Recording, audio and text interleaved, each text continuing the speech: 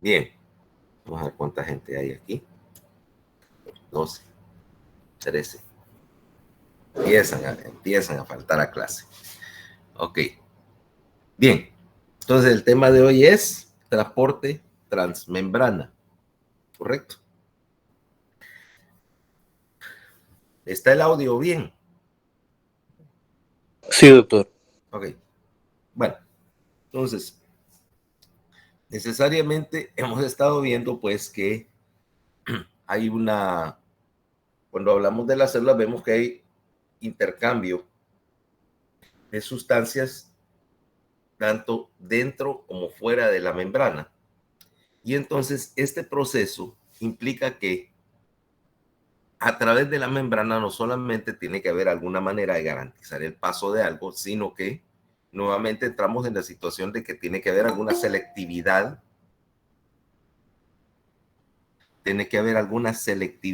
con respecto eh, al transporte, y vamos a dividir de hecho la modalidad de transporte en dos métodos, o sea, paso de sustancias que son moléculas pequeñas y la otra, el paso de macromoléculas como proteínas completas, por ejemplo. Entonces, si nosotros consideramos una membrana celular y una bicapa de lípidos, vemos que nativamente son muy pocas las sustancias que podrían pasar la membrana así sin necesidad de algún mecanismo específico para su transporte. Y básicamente las únicas cosas que pueden pasar la membrana serían, en el caso de los gases que no necesitan transportadores, eso implica oxígeno, dióxido de carbono y algunas otras cositas como óxido nítrico, ¿okay? que no tienen transportadora, porque básicamente los gases sí son libremente permeables, las membranas son transparentes a ellos. Las otras sustancias que pudieran pasar sin necesidad de una transportadora de membrana son aquellas cosas que son solubles tanto en agua como en lípidos al mismo tiempo. Aquí incluimos, por ejemplo, el amoníaco, que bueno, dicho de paso sea un gas. Hay una ligera cantidad de transporte de amoníaco, aunque en el caso de las células humanas es muy poco el metabolismo del amoníaco como gas. Otras especies sí usan amoníaco como mecanismo de excreción del nitrógeno, pero en los humanos, pues, la cuestión evolucionó hacia excretar urea, ¿okay? Que tiene que tener su transportador.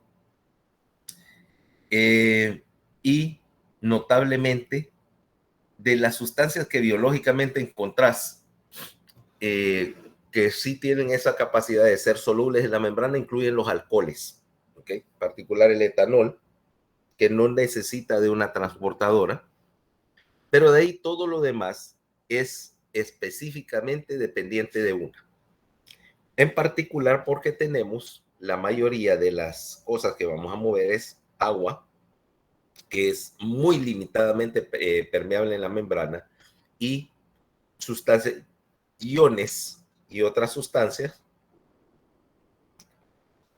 que tienen algún tipo de carga eléctrica, ¿okay? O sea que son sustancias polares. ¿Ah? Son sustancias polares. Sustancias polares, por ejemplo, como el sodio y el potasio. ¿Te acordás de la diferencia, Fernanda, entre polar y no polar?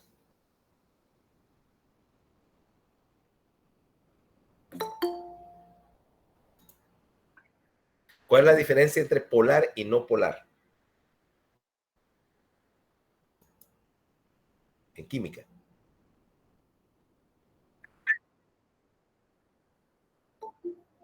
Que es soluble en agua. Exacto.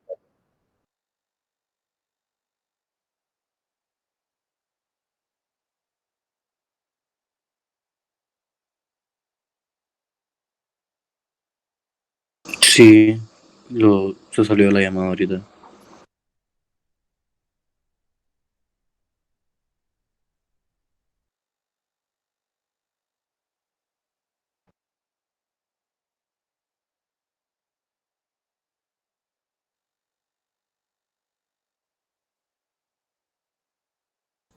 Ahí está.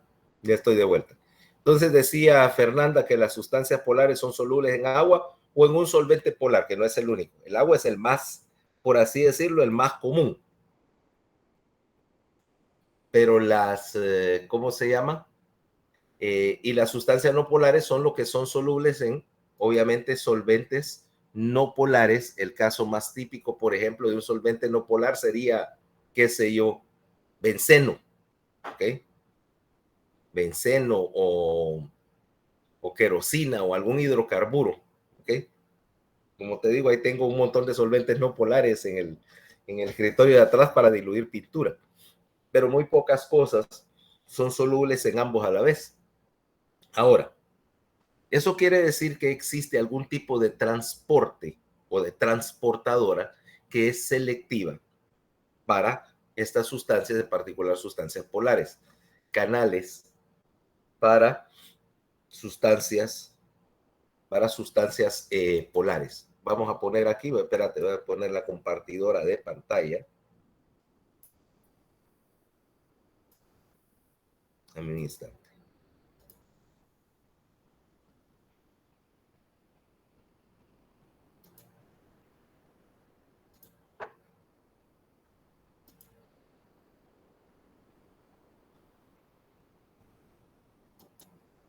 Ok, entonces veamos qué es lo que sucede. Vemos, por ejemplo, acá, se ve la pantalla compartida, el texto. Ok, mira, por ejemplo, la diferencia entre los dos lados de la célula. La línea roja es la membrana. ¿Ves, por ejemplo, la diferencia que tenés entre, por ejemplo, el sodio, dijimos 142, o sea, concentración típica versus 10, potasio al revés, 140, yo diría 130, pero da la idea igual, versus 4, que es un valor típico, calcio versus calcio, etcétera. Mira, una gran diferencia. Con los lípidos igual, una gran diferencia entre los lípidos que están en el lado de adentro versus el lado de afuera, y en particular las proteínas que tienen una concentración alta dentro de la célula y afuera, pues variable. Ahí te ponen 2, pero puede variar bastante. El punto es que tenés que tener alguna manera de regular el transporte de estas, y entonces necesitas algún tipo de canal, que necesariamente este canal está hecho, como ya hemos visto en otras ocasiones, de proteína. Una proteína específica que puede pasar, que permite pasar estas sustancias de un lado a otro. Aquí tenemos los mecanismos básicos. El primer mecanismo es simplemente la difusión. Y la difusión puede venir de dos maneras. La primera es la difusión simple. La primera flecha, la que tenemos acá,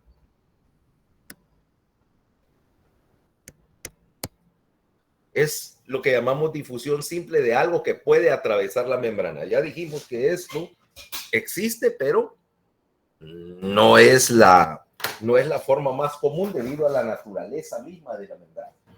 La mayoría de las sustancias se van a ir por el mecanismo número 2, que es una proteína que forma un canal molecular o un canal iónico, como lo querrá llamar,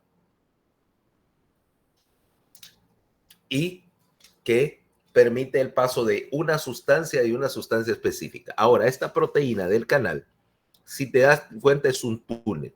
Y ahora tendríamos la posibilidad de que este túnel es selectivo debido a dos circunstancias. Uno es que puede regular el tamaño de lo que pasa por él. Dos, es mediante la carga eléctrica. En cuanto al tamaño, pues fácil, hace un túnel cuya estructura es tal que solamente permita pasar una sustancia. Por ejemplo, tengo yo un canal y este está dejando de pasar, qué sé yo, sodio. El sodio, ponele que tiene un diámetro, su molécula tiene un diámetro, o su átomo tiene un diámetro específico, conocido, ¿no? Conocido quiere decir que ¿Dónde está? Ahí. Un diámetro conocido, y ese diámetro conocido, ponele, es de X. Es más, vos puedes saber eso porque es conocido y está a tu disponibilidad saber cuál es. ¿Te acordás de la tabla periódica, Fernanda?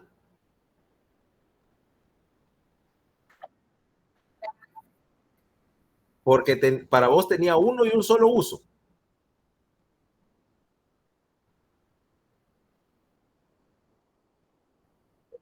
Exactamente. Y después, cuando te retiraste del colegio, pues ahora reside en un lugar honroso al lado del anafre de tu casa.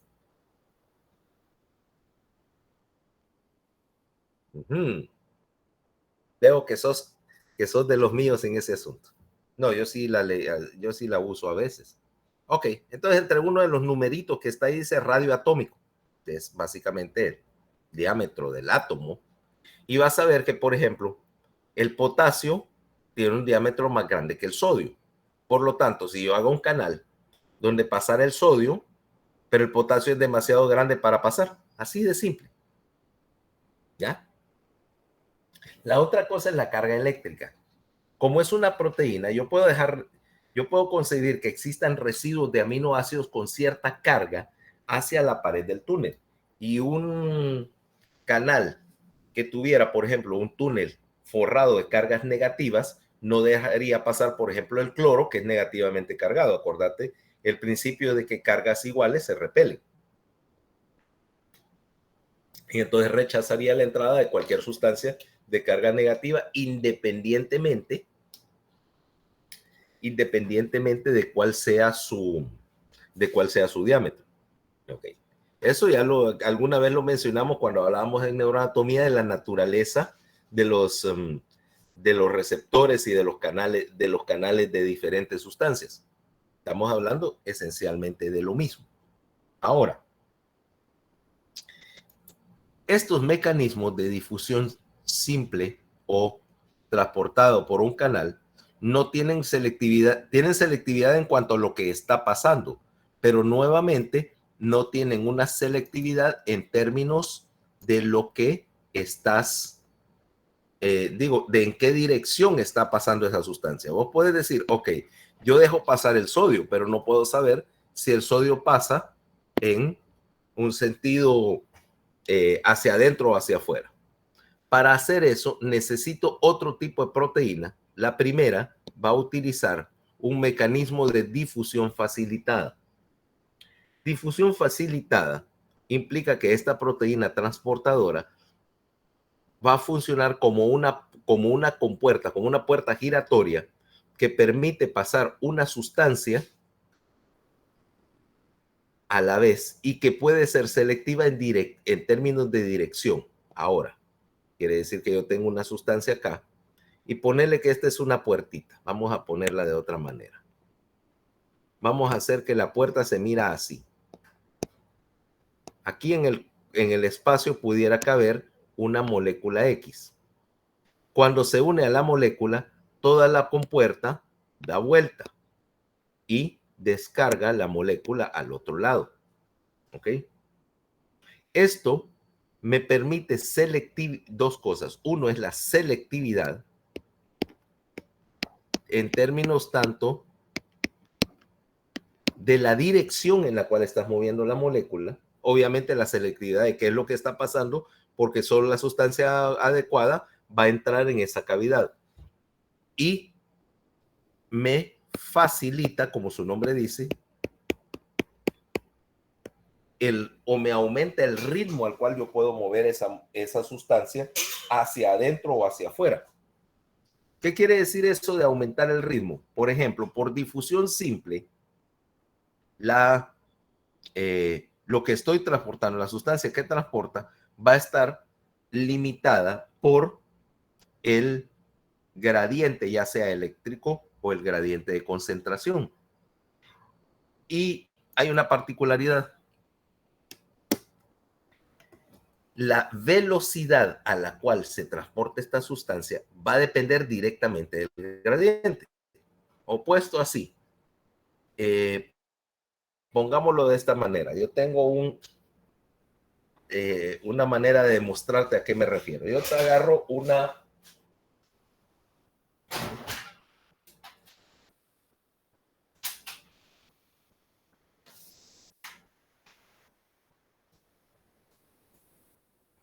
Yo tengo acá, mira, y supongamos que la pendiente de la regla representa la diferencia de concentración. Si yo quisiera esto deslizarlo cuesta abajo y el gradiente es poco, se desliza bien lento. Pero si el gradiente es alto, o sea, si hay una gran diferencia de concentración, esto se desplaza rápidamente. O sea, la velocidad de difusión acá no solamente es lenta, sino que es bien variable. Y eso no me ayuda, porque a veces yo, más de alguna vez, voy a necesitar tener un ritmo mayor para la difusión que el que me daría ese simple mecanismo físico. Ahora, un sistema de difusión facilitada me permite que la velocidad de la difusión sea relativamente constante, aunque haya un cambio en el gradiente de concentración, porque lo que está moviendo la sustancia es básicamente la actividad de esta proteína que actúa como una puerta giratoria. Ahora, este mecanismo de difusión facilitada y esta transportadora solo facilita las cosas, pero no está gastando energía para hacerlo.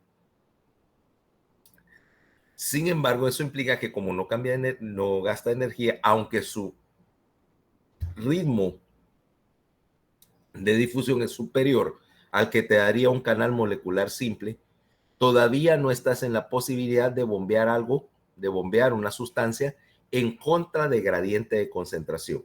¿Ok? O sea que este mecanismo todavía es un mecanismo de transporte pasivo. ¿Mm? O sea, sigue siguiendo una ley básica de la física. La ley de los ayotes. Otra vez regresa la ley de los ayotes, ¿va? Sin embargo, yo necesito a veces concentrar una sustancia. Por ejemplo, vemos que en el caso del sodio, yo tengo más sodio afuera que adentro de la célula. Quiere decir que si yo quiero mantener esto, las leyes de la osmosis y las leyes de la difusión me dirían que el sodio tendería a regresar a través de los canales de sodio hasta que los valores se equilibraran. ¿Cómo hago para mantener una diferencia de carga en contra de un gradiente? O sea, bombear cuesta arriba. Y ahí es donde necesito un mecanismo de transporte activo. Vamos de vuelta. O sea, las situaciones que tenemos acá hasta ahorita, todos estos mecanismos han sido a favor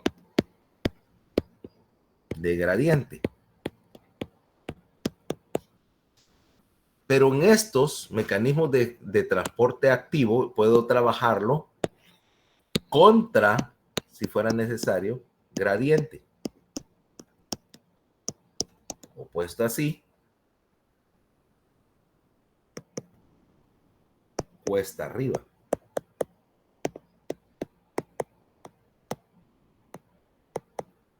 Mientras que aquí a favor de gradiente, pudiéramos decir lo que sigue la ley de los ayotes. ¿Ya? Así de simple, ¿no? Entonces, veamos primero los mecanismos que son del partido de los ayotes. Vaya. Ya vimos la difusión simple. Como decíamos, aquí no hay nada involucrado. Y vimos en parte la difusión ayudada por un canal transportador. Pero veamos un poquito más de detalle la solubilidad, la transportabilidad de una molécula con un canal selectivo. Ahora tenemos acá lo que te decía. con respecto a este canal, que es selectivo, y vemos lo que te mencionaba. Ves que es una proteína grande y aquí tenés un canal de potasio. Ves que esas cargas me permiten un mecanismo de filtro. Este canal de potasio, por lógica, solo me deja pasar potasio. ¿Okay? No debería pasar nada más.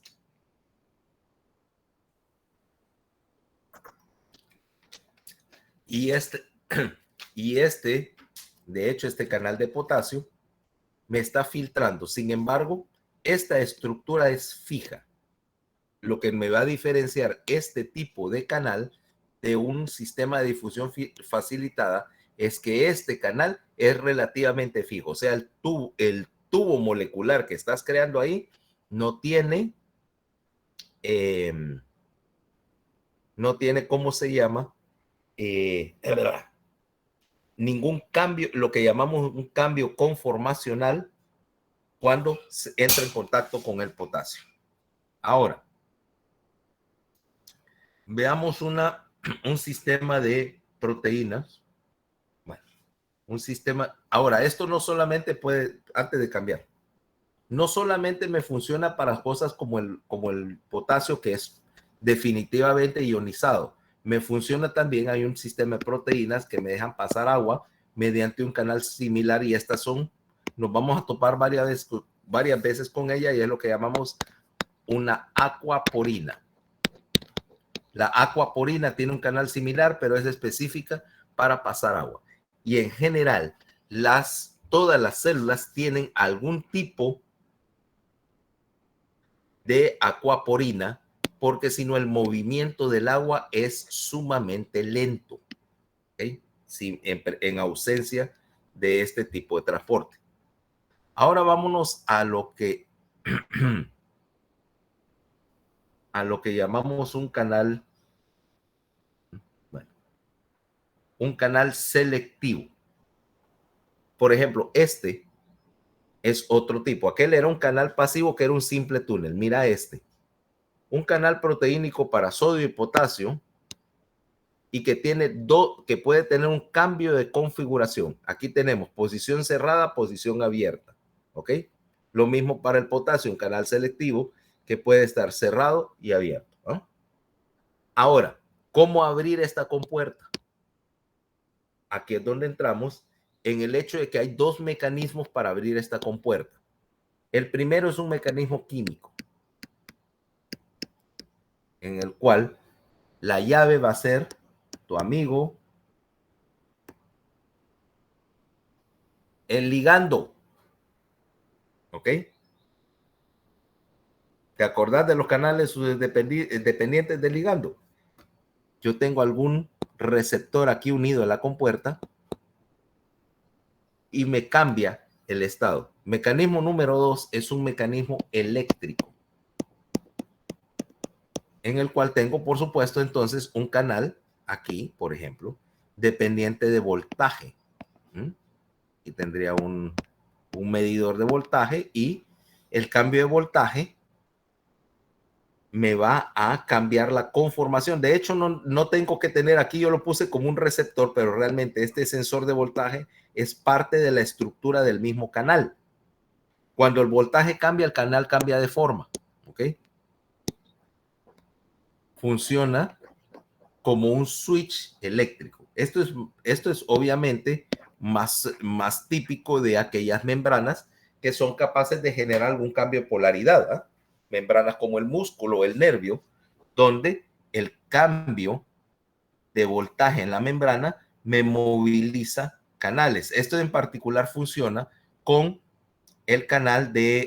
con los canales de calcio, que en la gran mayoría son dependientes de voltaje. Y ya vimos y ya veremos también dentro de unos días que el calcio es precisamente la sustancia que yo quiero mover porque es la que me está representando toda la activación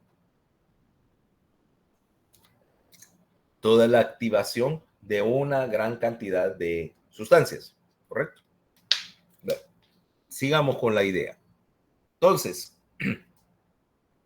esto tal vez te parecerá un poquito de de discusión vieja, porque realmente sí ya ya la habrás oído en algún momento, por ejemplo, en neuroanatomía, cuando discutíamos de la estructura de los canales, cuando hablábamos de despolarización, ¿correcto? Esa, esa neuroanatomía que regresa para torturarte todavía un semestre más.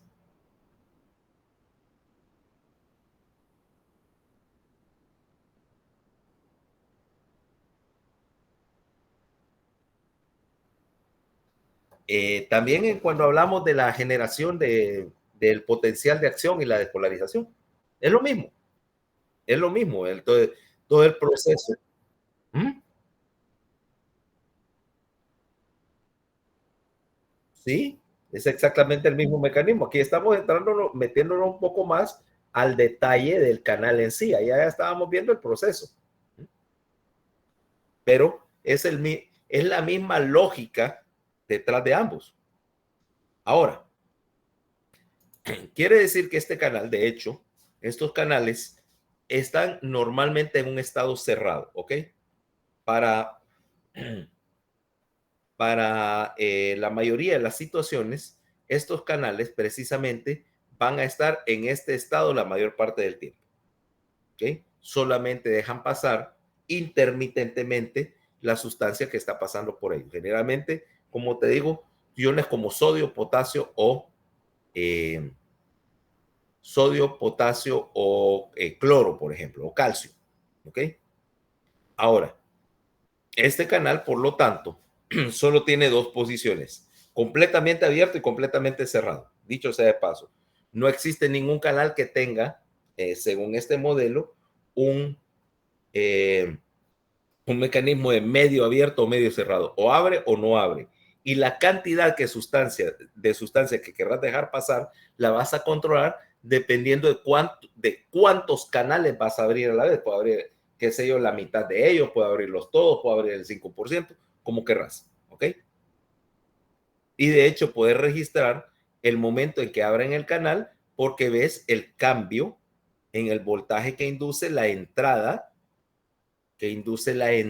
del ion hacia la célula. Aquí tenés lo que ves en este caso, por ejemplo, que tenés un electrodo para leerlo afuera y uno adentro, lo que te mencionaba en neuroanatomía, que lo puedes hacer, de hecho, físicamente o macroscópicamente con algunas células bien grandes. Ok.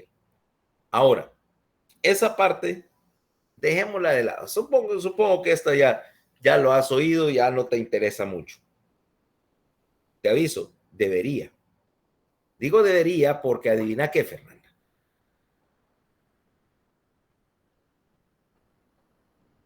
Lo voy a preguntar en el examen.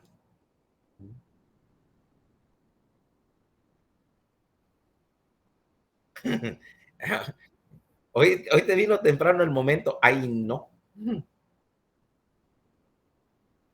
Que estés pendiente porque te voy a preguntar sobre la lógica subyacente a este sistema de transporte. O sea, cuándo y cómo. ¿Okay? Solo tenés que repasar neuroanatomía. Y lo peor es que solo tenés que repasar neuroanatomía. O sea que ya tenés las notas desde hace un semestre y no te vas a tener excusa para decir que nunca te hablé de él.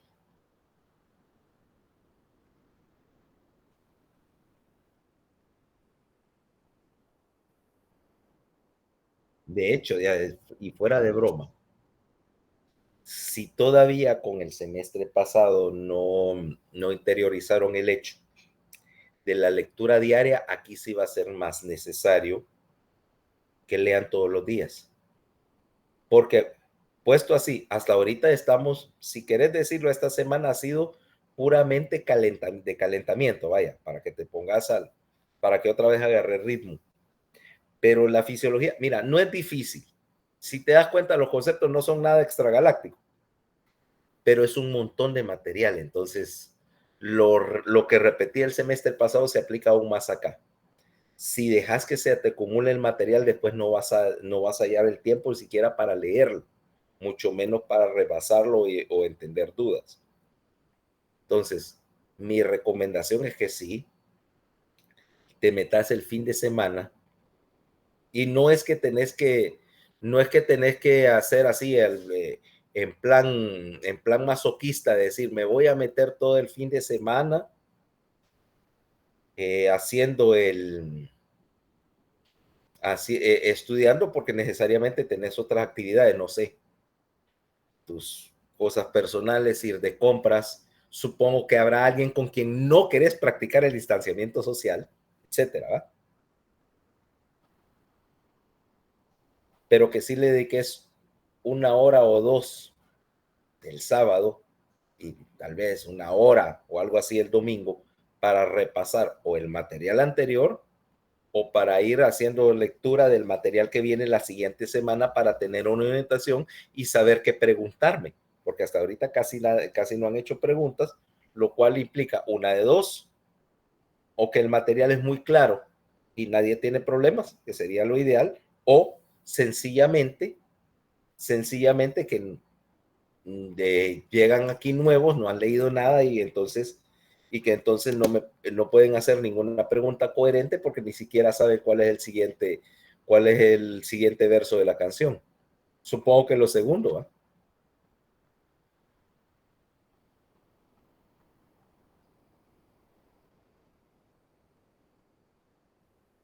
Digo en colectivo, no estoy hablando no estoy tirándole estrictamente solo a Fernanda Cerón, ¿eh? Es mi víctima favorita, pero no la única.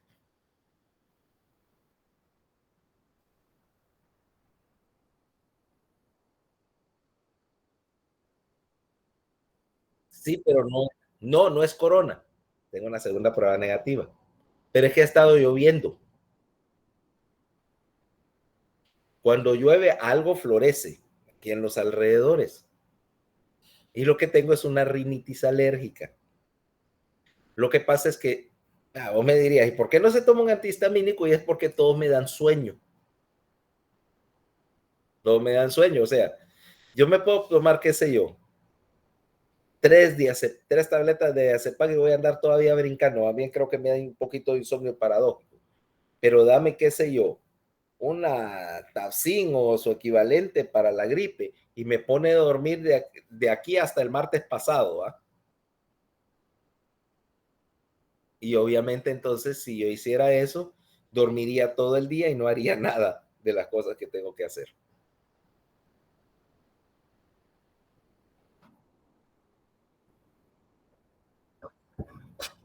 Por un rato sí, pero no todo el día. Y la sensación, mira, la otra cosa que incluso es peligrosa es que esa sensación de medio dormido durante el día, porque por ejemplo se supone y con buena razón que no debería andar, por ejemplo, manejando en esas condiciones. ¿Mm? Dos, todavía estoy haciendo parte por así decirlo, el papeleo asociado con el inicio del semestre y eso ya de por sí me da sueño. Tres, tengo algo muy interesante que hacer el fin de semana.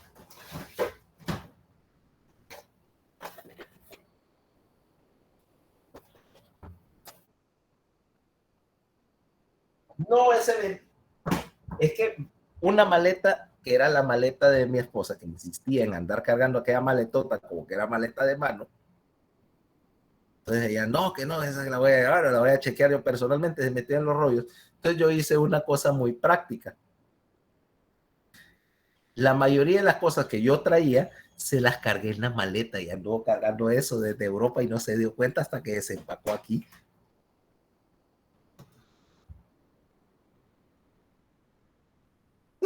Mira, para aquellos que coleccionamos esa clase de cosas, hay una regla esencial. Vos te vas de vacaciones a un lugar. No, aquí toda esa clase de juguetes no los venden, man. No hay en Honduras, en ningún lado. Antes traían unos cuantos, ahora ya no viene ninguno. Entonces, cada vez que uno de nosotros sale de viaje, y particularmente si va a un lugar donde esas cosas están disponibles, le hace Estados Unidos, Europa, algo así, es un pecado capital, so pena que te expulsen del club, ir y no traer nada, ¿va? Aunque sea simbólicamente. Y yo, por supuesto, Y de paso ir, si existe algún museo de aviones o de tanques o de alguna cuestión de esas, es como de ley que tenés que planificar ir a meterte a tomar fotos. Aparte que para tu colección o también para compartirlas con los demás. Entonces, yo cumplí con las dos cosas. Mi esposa no vio esa caja hasta que estaba en San Pedro Sula. Y ella sorprendida diciendo, qué moderado estás. Qué raro que no hayas empezado con tu fregadera de tus avioncitos aquí en Europa. Yo, por supuesto, internamente, sonrisota, ¿va? Diciendo, si supiera que no solo eso, sino que te estoy haciendo cargarlo.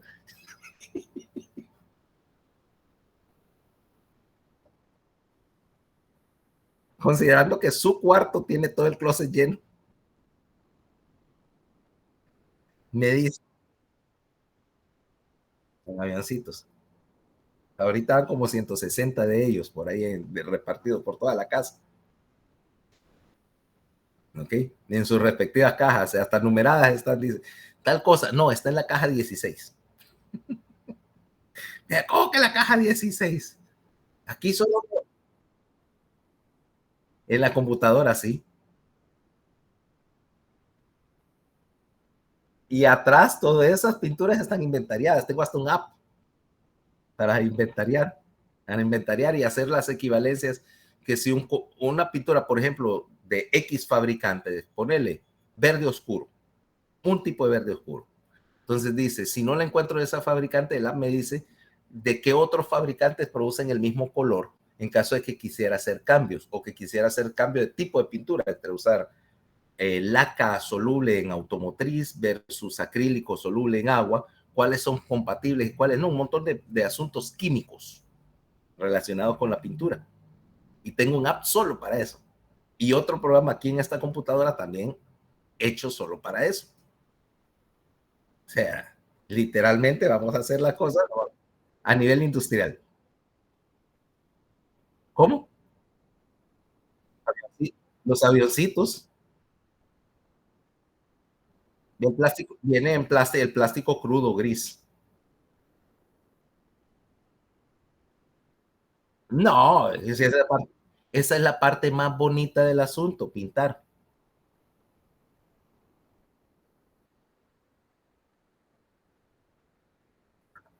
Dependiendo, pudiera hacerlo, vaya, pudiera hacer que ese avión, y se me ocurre, por ejemplo, pintarlo con colores de la Fuerza Aérea Hondureña, que nunca los tuvo, ¿eh?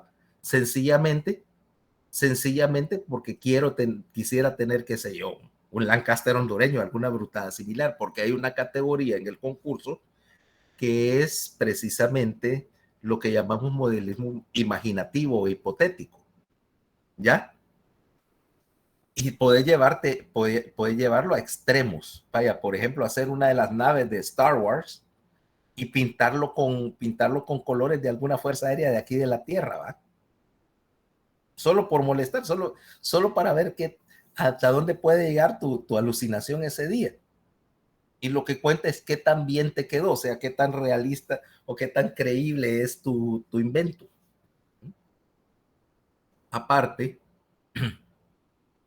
aparte de que muchos colores, por ejemplo, no vienen tal cual como era realmente, entonces tenés que mezclar y mezclar y agregar diluciones, hacer fading del color, ¿va? Para que se mire viejo.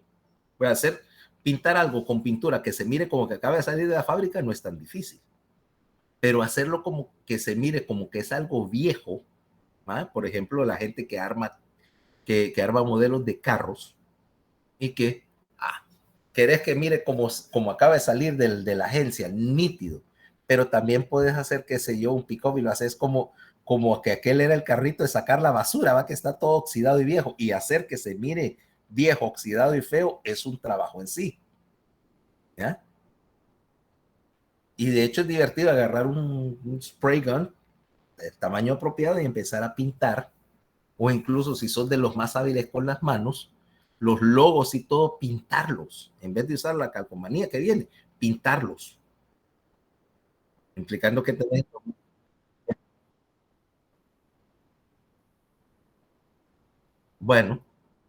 bueno, esa es parte de la gracia.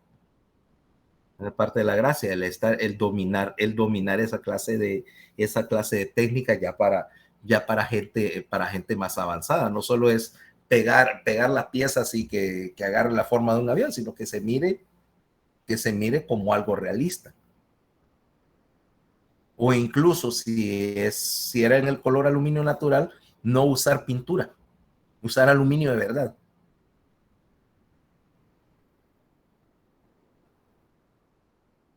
Sí, tu aluminio de cocina. Acordate que a esa escala reducida, el aluminio de cocina tiene el grosor promedio de una lámina de aluminio en un avión real. Entonces, agarrar cada panel del avión, hacerlo en papel de aluminio y pegarlo sobre la superficie del plástico uno por uno hasta cubrir un avión completo. Es un trabajo que te toma meses, que se toma meses hacerlo. Incluso entre nosotros se reconoce como una de las formas más masoquistas de entretenimiento. Y adivina qué, ya lo he hecho y me gusta. Ahora te imaginas la furia de mi esposa cuando me encierro un fin de semana entero a hacer esa clase de cosas, y cuando la hago cargar una clase de toda clase de cosas sin que se dé cuenta de la maleta, y te trajiste ese gran avión. Le digo, no, espérate, ese que ves es el pequeño, porque hay una escala grande, la caja es así, es del tamaño, qué sé yo, de la caja de un microondas. No, no lo traje. Me contuve, yo le dije, da gracias que me contuve porque iba a traer ese. Y, le quería, y tampoco porque no le quería decir que fuera a ver la etiqueta del precio de ese avión grande. Le da un patatús y ve que me fui a gastar 400 libras esterlinas en un avioncito. Entonces me contuve. Por supuesto, me traje otro montón de cosas, ¿no? No creía que solo iba a ser esa cajita, lo único que iba a venir de allá. Y ahorita estoy tratando de engancharla que el otro año vayamos a Praga, de la República Checa. Todavía no sabe por qué. No, no solo los museos, casi todos los fabricantes están en Europa del Este y todas las tiendas de la fábrica están en Praga. Hay como 7 tiendas completamente equipadas. O sea que primero me voy de viaje con una mochilita y regreso con un contenedor.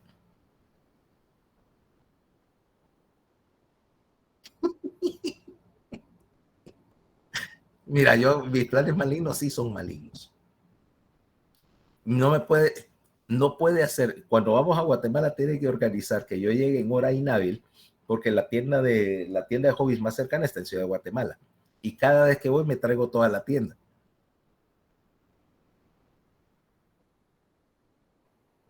Uh-huh. Porque la última vez que me dejó solo en Guate fue toda una historia. Yo andaba, ese día andaba, que me accidenté con el paracaídas, yo andaba en silla de ruedas, con una bota y una vértebra fracturada. Ahora nos quedamos en un hotel, si me recuerdo bien, en el Crown Plaza. Bueno, vamos, y a la mañana siguiente que yo me despierto, llevo a esa entrevista de residencia y yo me doy cuenta dónde estoy, en la Avenida de las Américas. Ve, mi tienda favorita está a 2 cuadras cruzando la calle. Ya se fue. Viene este indito, se viste, agarra su silla de ruedas y se va.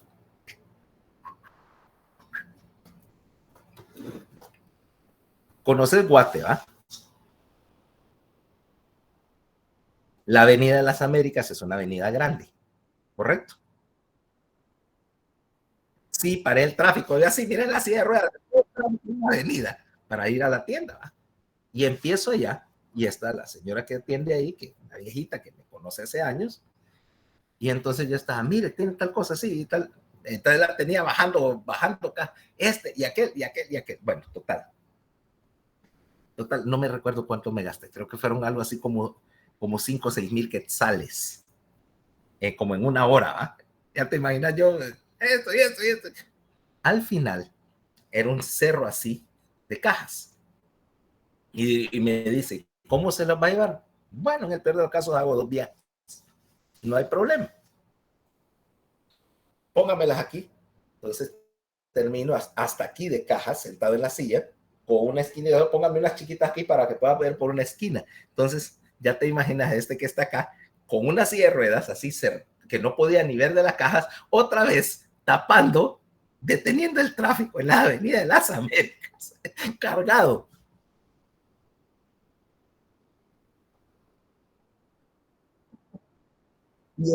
Y en eso llega mi esposa y me ve subiendo con aquello por la rampa del hotel y me dice, ¿qué estuviste sentado? Ah, me fui a comprar unos aviones.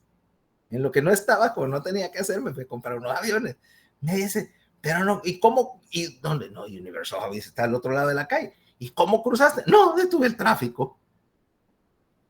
Ya, me suben y me dice, todavía me dice algo así como, no se te ocurre nada mejor que hacer. No, espérate, le digo, hay un pequeño problema. ¿Cuál problema? Esta es la mitad, falta más que dejé allá, que ya está comprado y lo tengo que ir a traer a la tienda.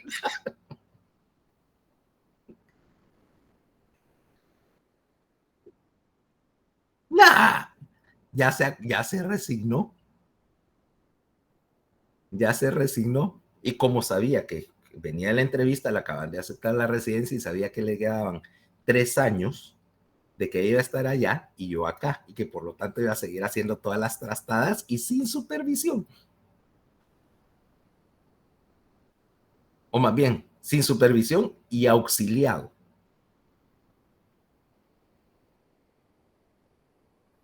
Exactamente, mi ayudante, porque la gracia es eso, la gracia es eso, tener un secuaz.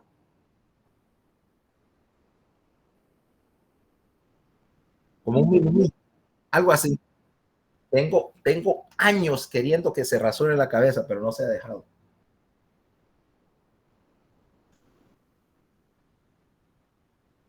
No, además, porque alguien le dijo que si se rasuraba se iba a parecer al Capitán Calzoncillos. Muy gordito. Entonces, Capitán Calzoncillos. Acordate que mi entretenimiento cuando no te estoy molestando es estar molestando a Emilio y a la gorda. Para eso son. Ok, volvamos a la difusión facilitada mejor. Ahora, en el caso de la difusión facilitada, mira qué es lo que sucede. La diferencia es que la velocidad de transporte en un sistema de difusión facilitada versus un canal simple cambia. En azul tenés un canal, espera, mejor vamos a ponerlo otro, vamos a usar otro. Vamos a tener un canal que sencillamente deja pasar, o sea, es tu canal típico, está en la línea azul. Ves que la velocidad de difusión en un canal normal depende de la concentración. Mientras más alta es la concentración, más es el ritmo de difusión. Era lo que estábamos intentando hacer con la reglita esta y deslizándola para abajo. Pero en un sistema de difusión facilitada, línea roja, tienes una cuestión. La velocidad de difusión llega rápidamente a un máximo, independiente de la concentración, y de ahí se aplana. En este momento donde se aplana es lo que llamamos Vmax, la capacidad máxima de transporte de un canal facilitador. Y si te das cuenta, aquí la velocidad es independiente de la concentración. ¿Por qué? Porque vos estás utilizando este principio de la compuerta, vaya que tenés algo así, una compuerta giratoria que agarra algo, agarra la molécula y la pone al otro lado, y la está y luego regresa como una de esas puertas como una de esas puertas giratorias de los bancos. Lo que pasa es que esto, como tiene muchísima afinidad por el sustrato negro que te puse, la velocidad de transporte se va a disparar en dependencia de la afinidad hasta que llega a esta velocidad máxima que es cuando esto ya está trabajando al 100%, cuando se saturó el transportador y está trabajando al 100% y a partir de eso, pues ya no puede transportar más. O sea, la capacidad que tiene este difusor facilitado para transportar algo no es necesariamente mayor que la de la difusión simple, pero alcanza su valor ideal mucho más rápido. Entonces, cuando tenés difusión facilitada, lo que haces es que garantizas que el ritmo de transporte está siempre cerca de ese valor máximo, siempre y cuando haya algo que transportar, lo va a transportar a la máxima capacidad que puede, o sea, cerca de este Vmax. Estos mecanismos de difusión facilitada son muy útiles, particularmente para transportar moléculas que no son iones, porque estos difusores funcionan para cosas que no son sodio y potasio. Aquí tenemos lo que pasa, mira, una molécula se une a un punto, cambia la conformación y la deja pasar. Mira que esto me permite, entre otras, puede dar una selectividad en la cual la difusión facilitada vaya en una sola dirección y uno, y dos, que esta molécula no necesariamente tiene que ser un ion como sodio y potasio. Tenés posibilidades aquí de transporte, de hecho, para glucosa, que depende de dos transportadores facilitados que se llaman GLUT1 y GLUT2. Por ejemplo, GLUT1, GLUT2, que son transportadoras facilitados para la glucosa. Tenés para aminoácidos, que tenés 5 tipos de transportador facilitado para diferentes familias de aminoácidos. Tenés transportadores facilitados para proteínas pequeñas, o sea, para péptidos, de los cuales hay una gran variedad, y en general para sustancias como estas que, aunque son polares, no tienen carga. La glucosa es soluble en agua, pero no es una molécula eléctricamente cargada, es de carga neutra. ¿Ok? También tenés transportadores facilitados para, por ejemplo, urea, que aunque la urea es soluble en lípidos, por ejemplo, y podría pasar la membrana sin necesidad de una transportadora, la velocidad de transporte para la urea es bien baja. Entonces, una proteína de difusión facilitada te permite que puedas excretar la urea al ritmo suficiente para que no se te acumule. ¿Okay? Entonces, en este caso, pues vas a ver que tenemos estos transportadores. La otra cosa es que estos transportadores pueden ser activables. Por ejemplo, tenemos otro transportador, eso es GLUT1 y GLUT2 para glucosa, pero tenés otro que se llama GLUT4. Este transportador es activado por insulina. En ausencia de insulina, el transportador está cerrado, está inactivo. Pero cuando le agregas insulina como señalizador, el GLUT4 se activa y te aumenta la capacidad de captar la glucosa en un 2000%, permitiendo que entre un montón de azúcar a la célula. Otras palabras que es un transportador no solamente que me favorece la entrada o salida de algo, sino que además ese transportador puede ser controlable. Y un transportador controlable es una cosa que me va a servir muchísimo. Ahora, ya vimos que ¿cómo se llama? La difusión depende de varias cosas. La primera, decíamos, es de la diferencia de concentración, o sea, un gradiente osmótico.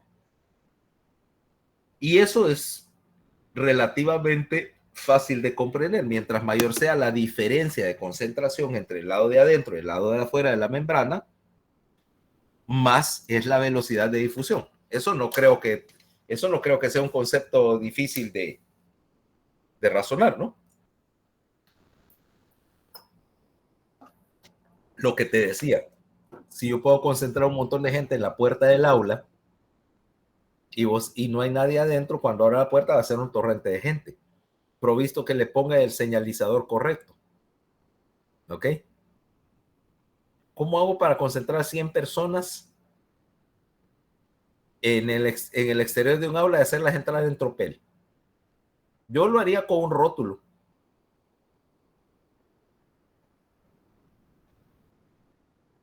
O pizza gratis o algo así. ¿Querés reunir 1000 personas? Poner un rótulo aún más peligroso, porque ahí sí te aplastan. Cerveza gratis.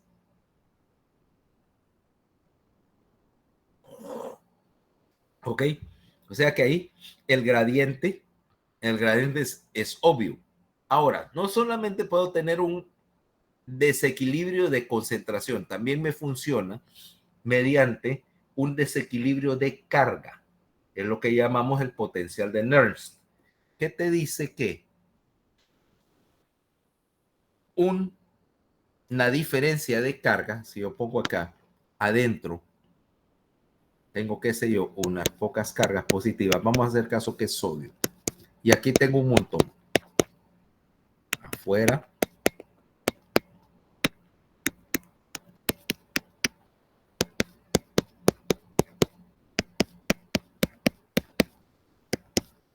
Y entonces me dice que cuando yo tengo una diferencia de cargas, aquí obviamente va a haber una diferencia de voltaje, ¿no? Y esta diferencia de voltaje va a depender de dos cosas. Uno, de la temperatura, y dos, de la diferencia de concentración. Ahora,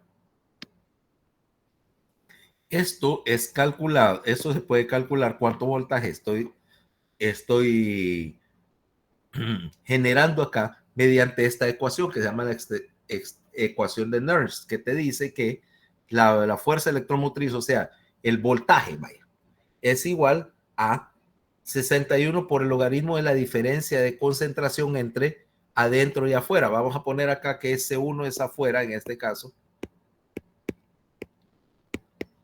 Y aquí es adentro. Quiere decir que, por ejemplo, vamos a ponerte un caso. Afuera tengo 100 miliequivalentes. Y adentro tengo 10 miliequivalentes.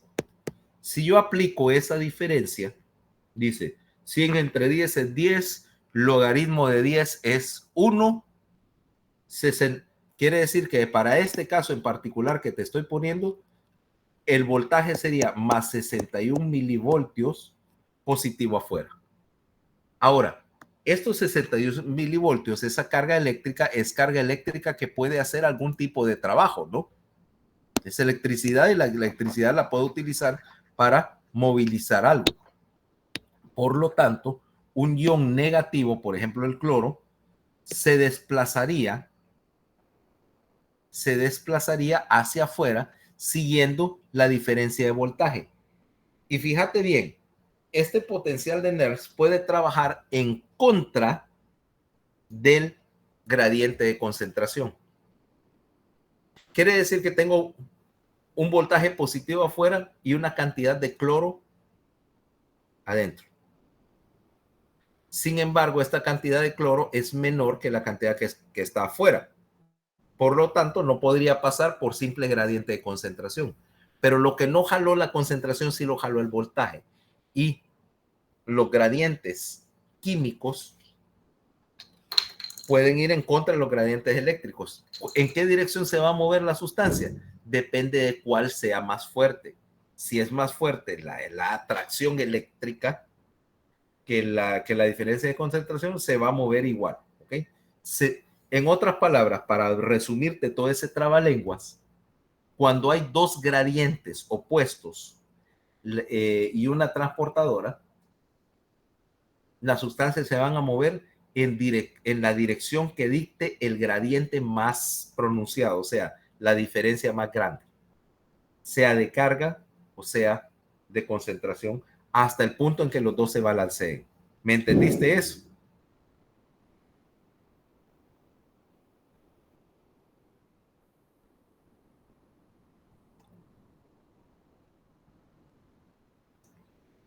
Quiere decir que tengo una sustancia que quiero mover. Te lo voy a poner de otra manera.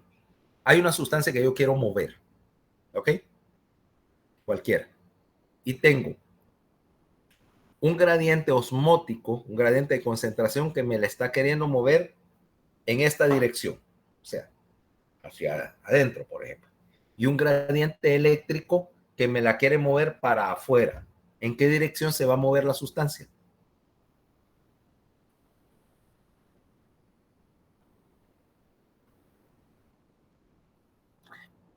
Se va a mover en la dirección del gradiente más grande, ¿ok?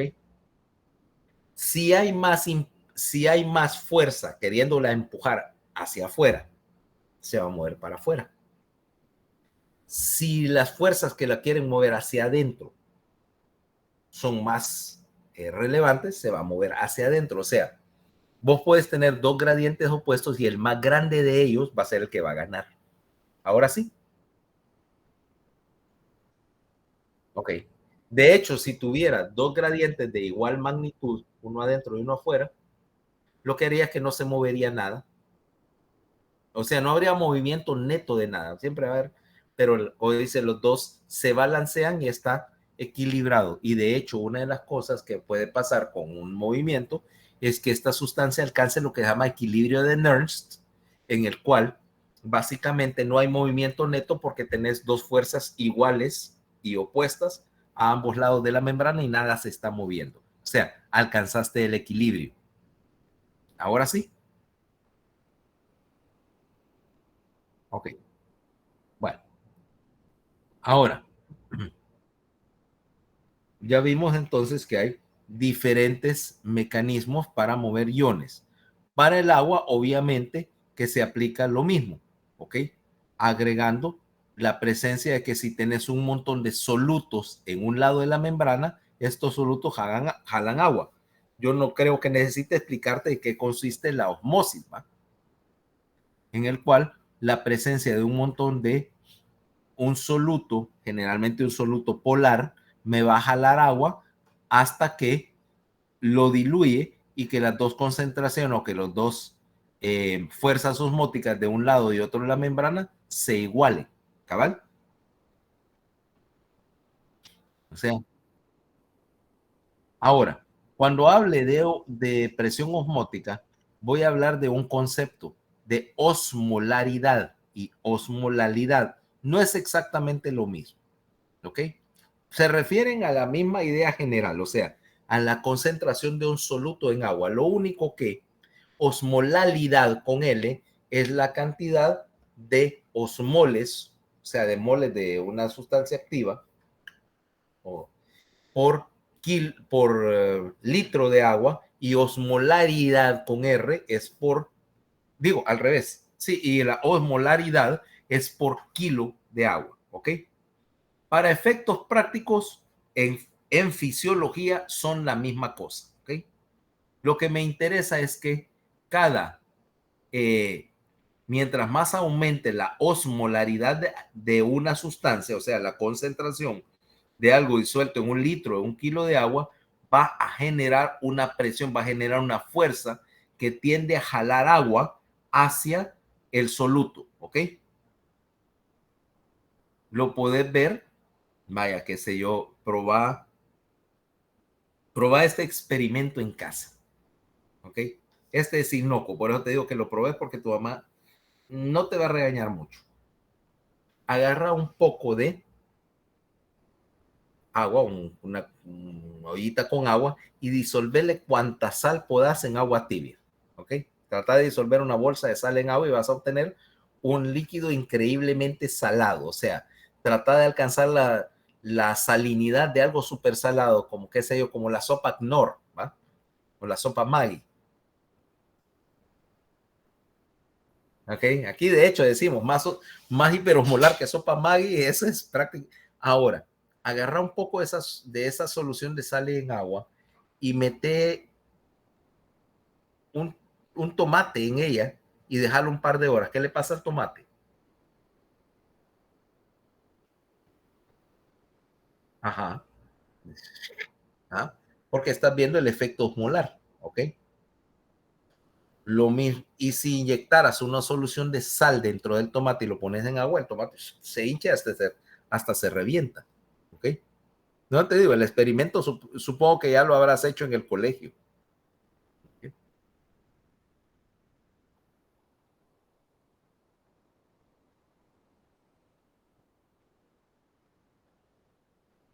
No tenés que hervirla, de hecho, solo tenés que calentar la temperatura de té, o mejor aún, agarrar de agua del oasis que ya viene caliente y te funciona mucho más prácticamente que estar hirviendo agua. ¿Qué vas a desperdiciar una bolsa de sal? Sí. Y tu mamá te pregunta qué estás haciendo y vos le decís que estás haciendo fisiología. Tu mamá me va a odiar después de este semestre.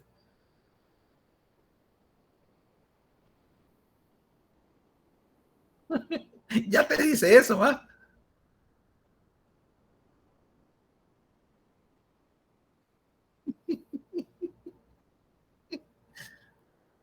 Eso es lo que pasa cuando tu mamá es un poquito anticientífica. La mía, por suerte, no lo era. Mi mamá siempre fue bien comprensiva, excepto cuando alguna explosión dañaba algo, alguna parte de la casa.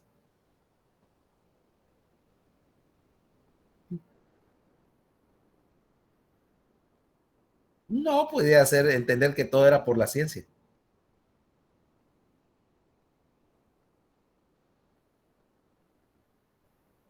Sí, siempre ha peligrado.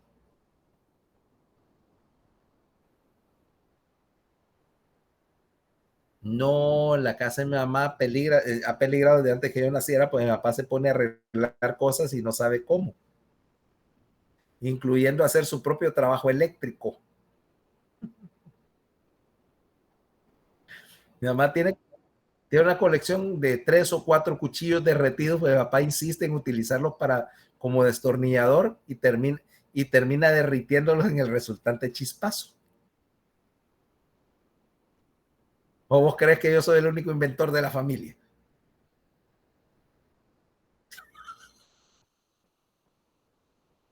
Tu mamá se muere en una casa como la mía.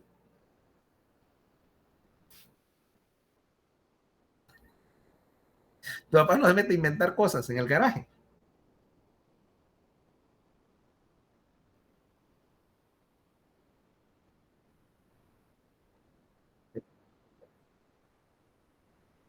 Ah, bueno, pero ahí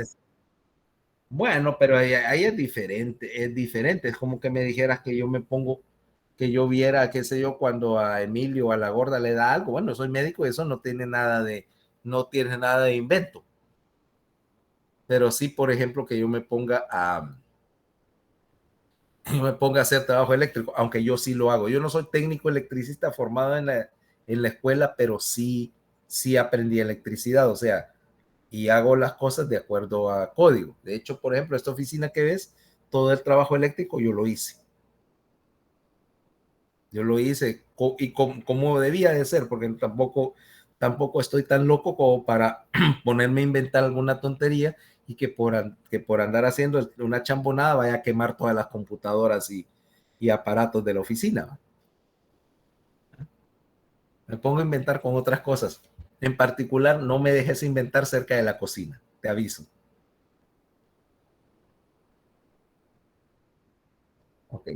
Bueno, sigamos con la...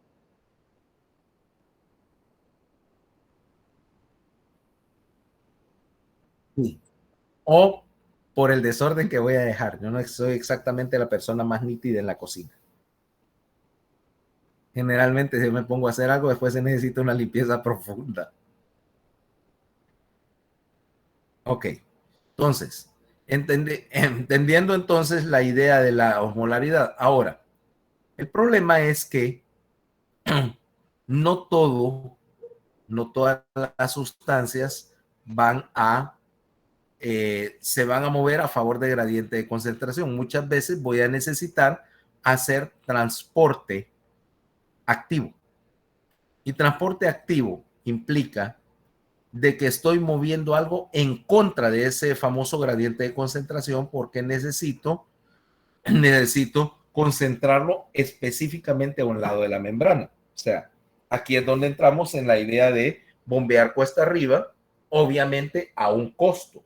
El costo, el costo en esta cuestión es el costo de energía y que necesariamente cuando yo estoy moviendo cuesta arriba, ese costo de energía va a ser en forma de ATP consumido y que necesariamente voy a tener algún tipo de bomba para movilizar para movilizar esta sustancia.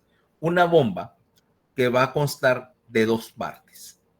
La primera es una enzima, una ATPasa, que me va a convertir ATP a ADP, utilizar la energía que está en el enlace que estoy rompiendo, el grupo fosfato, y convertirla en electricidad para mover algo. La segunda parte de la transportadora, que es un canal, pero un canal especial que utiliza la energía para empujar una sustancia hacia un lado de la membrana, generalmente hacia afuera. ¿Okay? Digo generalmente porque el consumo de energía va a ser usualmente el de sacar algo. Y este canal obviamente va a ser selectivo para algún tipo de sustancia. De hecho, veremos que hay que muchas veces voy a aprovechar la energía para mover dos sustancias al mismo tiempo. Pero la que me interesa es la bomba que está sacando. Entonces, básicamente estas ATPasas son automáticas. Mientras haya ATP y una sustancia que bombear, van a bombear esta sustancia hacia afuera hasta alcanzar algún gradiente de concentración. Ese gradiente de concentración tiene un límite, sin embargo, y es el hecho de que es el equivalente, este es el equivalente de la frontera con Estados Unidos. ¿Has visto lo que pasa en la frontera con Estados Unidos? Que viene la policía o el servicio de inmigración a agarrar a los inmigrantes y los está queriendo sacar hacia México, ¿ah? Pero no más los saca cuando se dan la vuelta los gringos, se van por otro agujero en el muro y vuelven a entrar y así están sacando y entrando, sacando y entrando, ¿ah? Okay. En este caso pasa lo mismo en la membrana es ligeramente permeable, ligeramente porosa y se está filtrando de regreso alguna sustancia. Hay un momento en que la ATPasa, la transportadora de la bomba, y el filtrado se equilibran y ese es el tope de donde poder llegar a generar un gradiente, porque básicamente ya a esos niveles del gradiente de concentración ya está saturada la bomba, ya no puede bombear más y la cantidad que entra es igual que sale, ahí topa. Quiere decir que la concentración de una sustancia movida por una bomba va a empezar a subir y de repente la curva se aplana y ya no sube más. Conste, o sea, las transportadoras no son infinitas. ¿Ok? Y estás limitado de paso por el número de ATPasas y la cantidad de ATP que tengas. Ahora, ¿cómo se ve esta bomba? Vamos a ver si aquí hay un esquema. Aquí tenés una. Ves que la bomba consta de dos partes. La primera parte es esto. El canal, la ATPasa que está convierto ATP a ADP más fosfato más, obviamente, energía. Y la otra es el canal en el cual tengo un canal transportador que me saca 3 átomos de sodio por cada ATP que estoy consumiendo. Sin embargo, mira que aquí entra otra cosa. 2 de potasio. Y ese es el principal detalle aquí. Bueno, de hecho, las proteínas, de hecho, tienen dos proteínas. Una subunidad más grande que pesa unos 100,000, para que veas.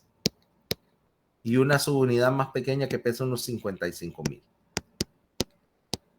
Esta se llama alfa, esta se llama beta. ¿Okay? O sea que estos canales, estas bombas, son, desde el punto de vista de estructura, son bastante más complicadas de lo que pareciera. Ahora, volviendo a lo que estaba, estoy sacando 3 iones de sodio y regresando 2 iones de potasio. ¿Por qué? Resulta que tengo una situación. Yo tengo que mantener el balance osmótico dentro de la célula.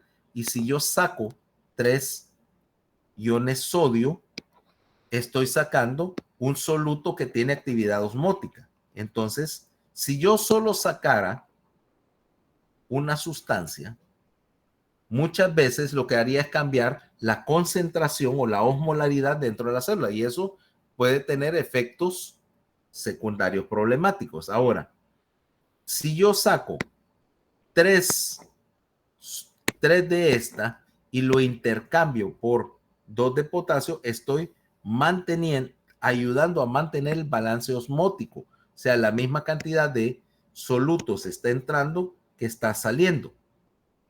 ¿Ah? Y mantengo el balance. Ahora, ¿cuánta energía me va a costar mover al potasio?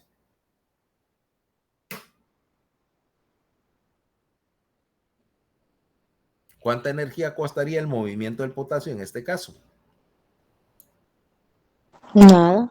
Nada. Está viajando de jalón. Y esa es una de las principales mecanismos para ahorrar energía acá.